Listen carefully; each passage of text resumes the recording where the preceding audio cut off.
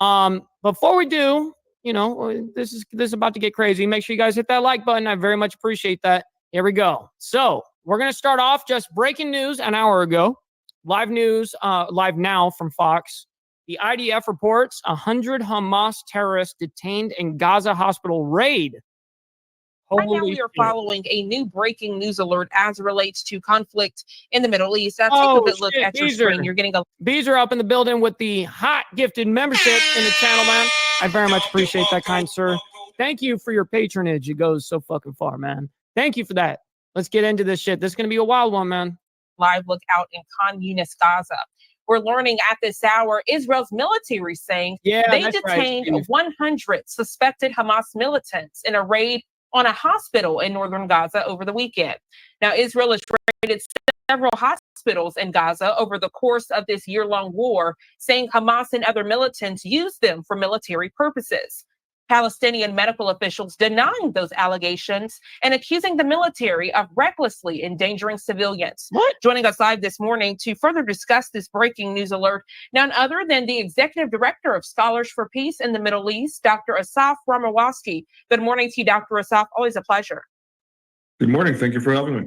So this news just coming into our live now from Fox Studios, courtesy of the Associated Press. And I think it further shows how the fight against Hamas is nowhere near over, despite those ceasefire negotiations underway in Egypt. To know that just 100 were detained, and I'm sure there are still several hundreds of thousands more, shows how big of a fight this is against Hamas. Sure. So let's break it down for a second. Yeah, people don't even understand how beautiful Alabama is. Unless you're from here or you've actively visited and you know the places, man, Alabama is beautiful. Most of the time, people that got opinions about places like that have never even been. So, I say keep out. You know what I mean? And let's try to contextualize where we are. So it's worthy of note, of course, that this has been one of the fierce areas in the area of Jabalia. The individuals that were arrested were in the Adwan hospital in the area of Jabalia. Hospitals and other civilian facilities have long been compromised. And we've seen this since the beginning of the war, going back to Shifa Hospital and other hospitals along the way. Oh, shit. Dean ended up getting the membership? Oh, no, he had one. Yeah, that's right. Been the nucleus of Hamas's intelligence, Hamas's munition stockpiles, and as we've seen with those other hospitals here too, good to see you, man. The IDF was able to arrest 100 Hamas terrorists. They found documents, they found intelligence, they found munitions. I mean, let's not forget if you connect the dots. This is, Hamas has embedded itself within Palestinian society. They've compromised Palestinian society. Palestinian society has been in cahoots with Hamas. It's the same society that held on, and it still does, to the hostages who some of them were above ground in civilian population. So it's no surprise that this continues on. And to your point earlier, that indeed does provide more evidence. What up, Andrew? Good to see you, man. Good to see all of you guys rolling in, by the way. We're doing a double coverage. So we've got a little bit of breaking news this morning. So we're going to go ahead and talk about this real quick. And then we're going to move into the Trump rally. Okay, guys? This is only, I think it's pretty short. So I think it's 12 minutes or something like that. And we're already kind of halfway there. Continues. Well, Hamas at large, has been largely devastated. This also speaks to how embedded Hamas is Palestinian society in Gaza at large. And when you zoom out, Dion, that's why I was like, I could have swore it looked like Dean at first. I'm like, I thought Dean already had it, but you're right. Nice. Regional an environment that we're currently in post the attack on Iran, 100% these are all part of Iran proxies, and they all feel motivated to show that they are standing by their larger patrons, the Iranians. And even after Sinwar's assassination, no, it's not. His marching orders was not coffee time yet, because we just got Brother Shadow gifting out a membership, man. Look at that shit, man. Thank you so fucking much for the patronage to the channel, man. I very much appreciate you. Who got it? Who got it, man? Thank you so much for the donation. Continue the fight. So you're seeing that take place, and you're seeing it materialize on the streets of Gaza. And that's what the IDF is clearly still dealing with. and this urban warfare. And let's not forget that here we are, a year plus later, and there are still 101 hostages who are still in Gaza. After this whole ordeal, after my stream, go over to Hardwire's show if you missed it Sunday, because Blair and himself, Hardwire, were on there, and it was a great conversation. So, of course, the IDF is continuing its objective. It's also worthy of note that yesterday was the official ceremony of the war, of the massacre of 10/7 in Israel. So all of this is falling on the heels of the timing of all of this. Again, no coincidence. And, this is all part of the understanding the connectivity between the larger regional state sponsors and the actors on the ground. Thank you so much for that detailed perspective, Dr. Asaf. And I want to ask you, because with many of these reports, of course, the other side, the Palestinian health officials, they will respond. And right now they're saying, okay, well, this isn't true. They aren't hiding out in the hospitals. But let's be Of course, they're going to use all sorts of lies and manipulation. Clear. We've seen the actual video from Israeli Defense Forces when they've gone into these hospitals, even schools, if we're being candid. And we've seen the tunnels in real time, sometimes even seeing bags of food that were supposed to be aid for the Palestinian people hiding in those tunnels as well. I want to ask you if you can contextualize as well the Palestinian health officials and the lack of help they are giving to the people of Gaza, as it seems many times.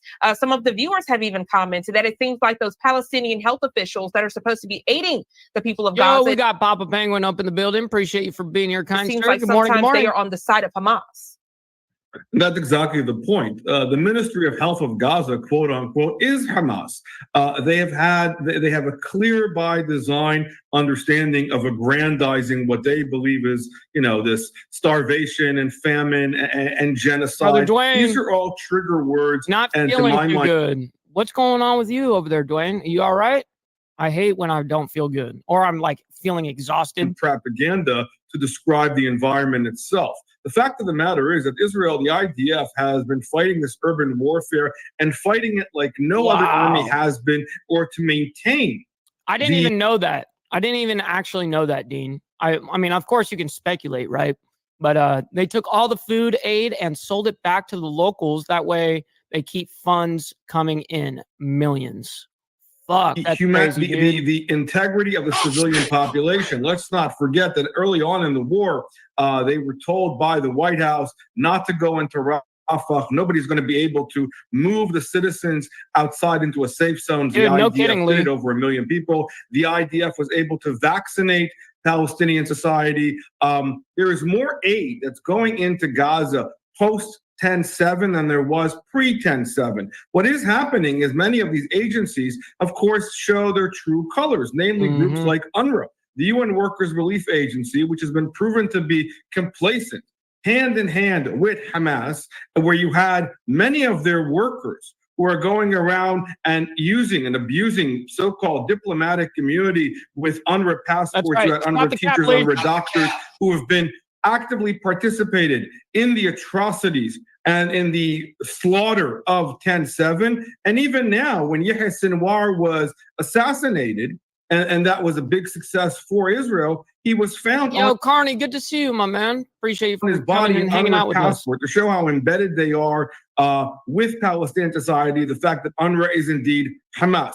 So when you talk about these international organizations and the kind of messaging that they want to give out, they're actually not neutral. They are completely biased, and they are all bought in hook, line, and sinker into the Hamas narrative. And by the way, the same narrative exists in the north with groups like UNIFIL, with Hezbollah. So one should clearly question exactly what these groups are and who they're about. And this also has to do, and this may be a larger issue that we're not there yet, in the question of the day after tomorrow scenario, what agencies should be actually allowed to stay in Gaza? Interestingly enough, today at the Israeli parliament, there's actually a proposal on the table to say that UNRWA should be recognized as a terrorist organization and should be removed from the scene. And this is also very telling about the amount of evidence that Israel has given to the United States. By the way, parenthetically, it's worth noting that the United States is one of the largest funders of UNRWA at large, in the tone of $400 million taxpayer dollars a year that we go to fund this fallacious, larger refugee enterprise. We need some that left-handed only tobacco. perpetuates the problem that actually solves the problem. And I put refugees in double quotes here. Yeah, Dr. Asaf, I'm glad you got to get ready because, we're somewhat done with this video here, but we got to get prepared for the big ass speech over there, man. It's going to be a good time. Point because it further adds to the confusion that surrounds this post-war plan, right? We know right now, even though the war is going on in Gaza, Israel and other entities are working to still try to eradicate this humanitarian crisis, which, if we're being frank, this crisis existed far before October 7th. There were still people out there dealing with famine, lack of nutrition, and other necessities that are needed to live a basic, decent life. So what happens if a ceasefire deal is reached, considering... Yo, shout out my brother Nitro up in the building. Appreciate you for being here, man. Many of these humanitarian agencies can't be trusted. No, they can't. I mean, and this is also part of the concern that and the debate that's been happening between Washington and Jerusalem. But to my earlier point, the amount of aid that's coming in and the amount, I mean, let's put it into statistical terms as well. There's actually been more births in Gaza post 10/7 than there has been, so this is, if a country wants to actually, eradicate and destroy the area. They've had more birth, like their birth rate went up. That's it wouldn't be the amount of births that you saw happening in Gaza. Israel is the one who's been concerned about maintaining that humanitarian integrity and trying to straddle, which in contrast to Hamas, which does not do, differentiates. Israel does differentiate between combatants and non-combatants.